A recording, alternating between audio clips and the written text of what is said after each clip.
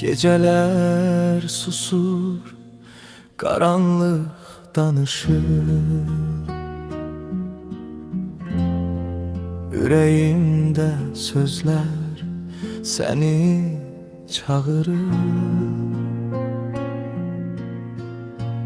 Bir bakışın yeter, dağılsın duman. Bu kalp yorulur ama sana inanır.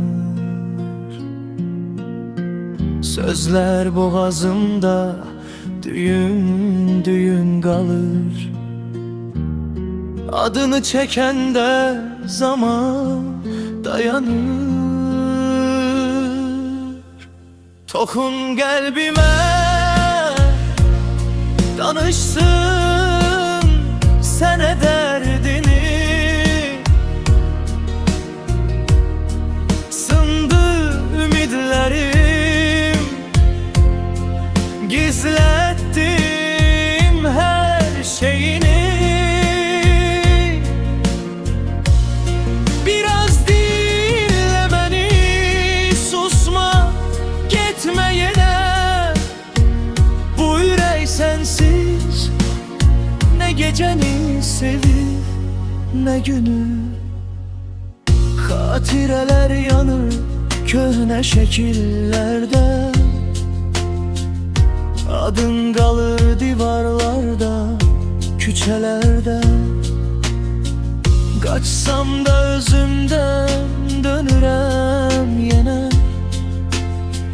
Çünkü yolum düşür her defa sana. Bir ümit sakladım son nefesine. Belki kayıdarsan tokun kalbime. Tokun kalbime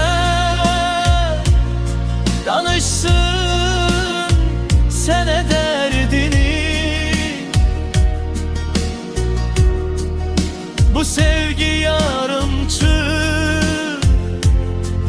koydu taleyini. Biraz dinle beni, susma, gitme yine.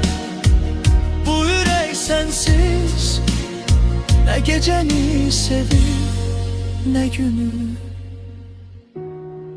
Eğer gitsen de izlerin kalacak. Bu kalp seni her döyüntüde anacak. Dokun kalbime, koy söylesin sana illerin derdini.